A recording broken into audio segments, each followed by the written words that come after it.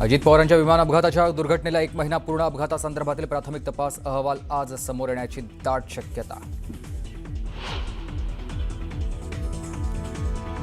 महाराष्ट्र राज्य सहकारी बँक कथित घोटाळा प्रकरणी दिवंगत अजित पवारांना क्लीन चिट. मुंबई सत्र न्यायालयानं स्वीकारलाय ईओडब्ल्यूचा क्लोजर रिपोर्ट. उपमुख्यमंत्री सुनेत्रा पवार, रोहित पवार यांनाही क्लीन चिट.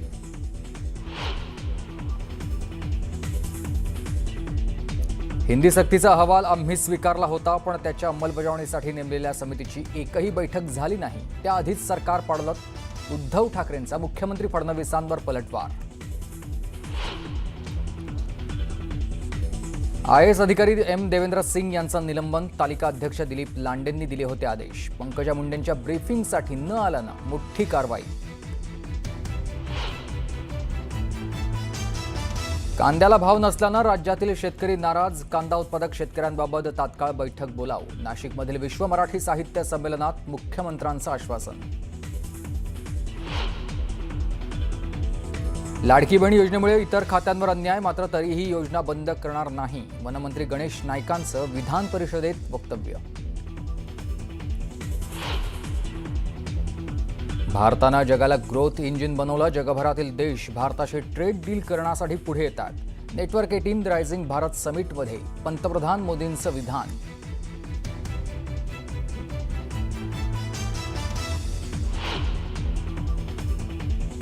काँग्रेसनं आपलं पाप लपवण्यासाठी महात्मा गांधींना पुढे केलं, तर चांगल्या कामाचं क्रेडिट घेण्यासाठी एकाच परिवाराला पुढे केलं.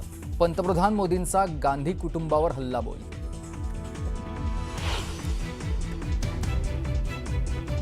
बारावीच्या पेपरफुटी प्रकरणात आरोपीची संख्या 8वर. नागपूरच्या जैताळा इथल्या विद्यासाधना शाळेचा संचालक संदीप सरटकर मुख्य सूत्रधार. अनेक कोचिंग क्लासेस आणि विद्यार्थ्यांना पेपर फॉरवर्ड झाल्याची माहिती.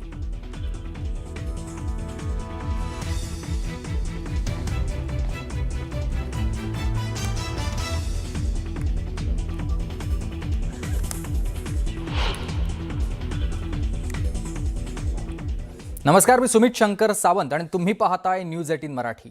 या बुलेटिनमध्ये बऱ्याच महत्त्वाच्या बातम्या आपल्याला बघायच्या आहेत आणि सुरुवातीची एक महत्त्वाची बातमी आहे. राज्याचे दिवंगत उपमुख्यमंत्री अजित पवार यांच्या विमान अपघाताच्या दुर्घटनेला आज 1 महिना पूर्ण होतोय. गेल्या महिन्यात 28 जानेवारीला अजित पवार यांच्या विमानाचा अपघात झालेला होता आणि त्यातच त्यांचा मृत्यू झाला आणि यानंतर संपूर्ण महाराष्ट्रात शोककळा पसरली. दरम्यान अजित पवार यांच्या विमान अपघाताबाबत शंका उपस्थित केल्या जात आहेत. अजित पवारांच्या विमानाचा अपघात झाला आहे की अजितदादांचा घात केला, असा सवाल उपस्थित करण्यात येतोय. अजित पवार यांच्या विमान अपघाताला आज 1 महिना पूर्ण होत असतानाच या प्रकरणातील सर्वात महत्त्वाचा प्राथमिक तपास अहवाल आज संध्याकाळी प्रसिद्ध होण्याची दाट शक्यता आहे. गेल्या महिनाभरापासून संपूर्ण राज्याचं लक्ष लागून राहिलेल्या या प्रकरणाचा तपास तांत्रिक आणि गुन्हेगारी अशा दोन्ही बाजूंनी सुरू आहे. तसंच विमानाचा ब्लॅक बॉक्स सुरक्षित असल्याचं आता स्पष्ट झालेलं आहे. त्यातील पायलटचं शेवटचं संभाषण आणि तांत्रिक डेटा अहवालाचा मुख्य आधार असणार आहे. त्यामुळे या गोष्टी अहवालातून समोर येणार असल्याची शक्यता आहे. तर महत्त्वाची बातमी आपण बघतोय. आज हा अहवाल येणार असल्याची माहिती कळतेय. अजित पवार यांच्या विमान अपघाताला आज 1 महिना पूर्ण झालेला असतानाच प्राथमिक तपास अहवाल आज संध्याकाळी प्रसिद्ध होण्याची दाट शक्यता आहे. गेल्या महिनाभरापासून संपूर्ण राज्याचं लक्ष लागून राहिलेल्या या प्रकरणाचा तपास तांत्रिक आणि गुन्हेगारी अशा दोन्ही बाजूंनी सुरू आहे. तसंच या विमानाचा ब्लॅक बॉक्स देखील सुरक्षित असल्याचं आता स्पष्ट झालेलं आहे. त्यातील पायलटचं शेवटचं संभाषण आणि तांत्रिक डेटा या अहवालाचा मुख्य आधार असणार आहे. त्यामुळे या गोष्टी अहवालातून समोर येणार असल्याची शक्यता वर्तवली जाते. महत्त्वाची बातमी आपण बघतोय.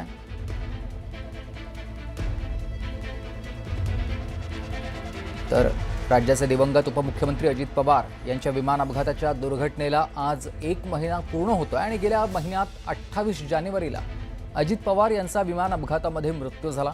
यानंतर संपूर्ण महाराष्ट्रात शोककळा पसरलेली होती.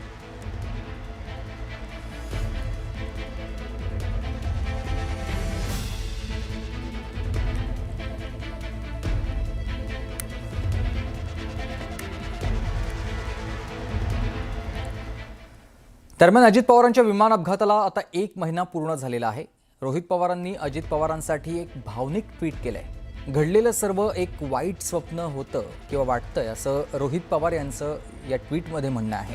म्हणून त्या काळ्या दिवशी नंतरच्या नंबरवर दादांच्या नंबरवर अजिबात फोन केला एकदा आणि 28 तारखेला दादांना फोन केल्याचा स्क्रीनशॉट त्यांनी शेअर केलेला आहे.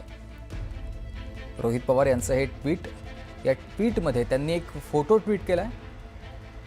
व्हॉट्सॲप कॉल केलेला होता आणि त्याच संदर्भातला हे फोटो 28 तारखेला आपण अजितदादांना फोन केला असं म्हणत त्यांनी हे ट्विट केलेलं आहे.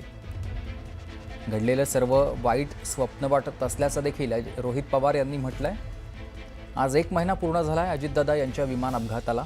त्यातच त्यांचा मृत्यू झालेला होता आणि त्यानंतर अनेक तर्कवितर्क, अनेक शंका कुशंका वर्तवल्या जात असतानाच आज 28 तारखेला 1 महिना पूर्ण झाल्यानंतर रोहित पवार यांनी एक ट्विट केलंय.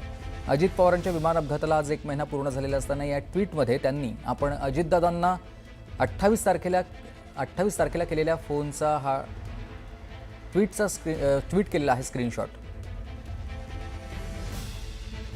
दरम्यान खासदार Supriya सुळेंनी Xavier Ajit पवारांसोबतचा photo share करत भावनिक पोस्ट केली आहे. दादा तुम्ही कायम स्मरणात राहाल असं सुप्रिया सुळेंनी म्हटलेलं आहे. आपले अजितदादा सोबत नाहीत हे पचवणं अजूनही कठीण जात आहे.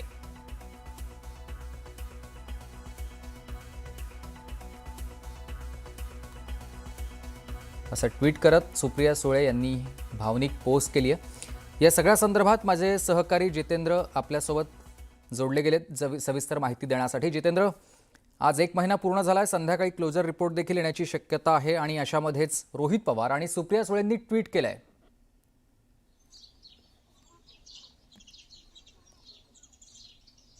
अगदी खरं आपण पाहिलं की 28 जानेवारीला गोजोबावीच्या याच गावामध्ये अजितदादांची विमान दुर्घटना घडली होती.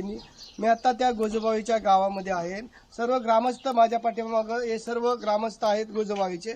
या सर्व ग्रामस्थांनी ज्या ठिकाणी विमान दुर्घटना घडली होती त्या ठिकाणी अजितदादांचं फोटोच्या प्रतिमेचे पूजन केलेलं आहे, त्या स्थळाचं पूजन केलेलं आहे आणि अजितदादांची जी निपक्षपणे चौकशी झाली पाहिजे असे या ग्रामस्थांचं म्हणणं आहे. अपघात नसून हा घात असल्याची संशय देखील या ग्रामस्थांनी व्यक्त केलेले. काही ग्रामस्थ आपल्या बरोबर आहेत. काय भावना आहेत एकंदरीत? आज महिना उलटला तरी कुठलेही दागेदोरे सापडून येत नाहीत. आज बरोबर 1 महिन्यापूर्वी 28 तारखेला साधारणतः 8:46 दरम्यान आदरणीय अजितदादांचा अपघाती आणि दुर्दैवी असा मृत्यू झाला. त्याच ठिकाणी जिथे अखेरचा दादांनी श्वास घेतला त्या ठिकाणी आम्ही सर्व ग्रामस्थांनी श्रद्धांजलीपर प्रसादन केलं.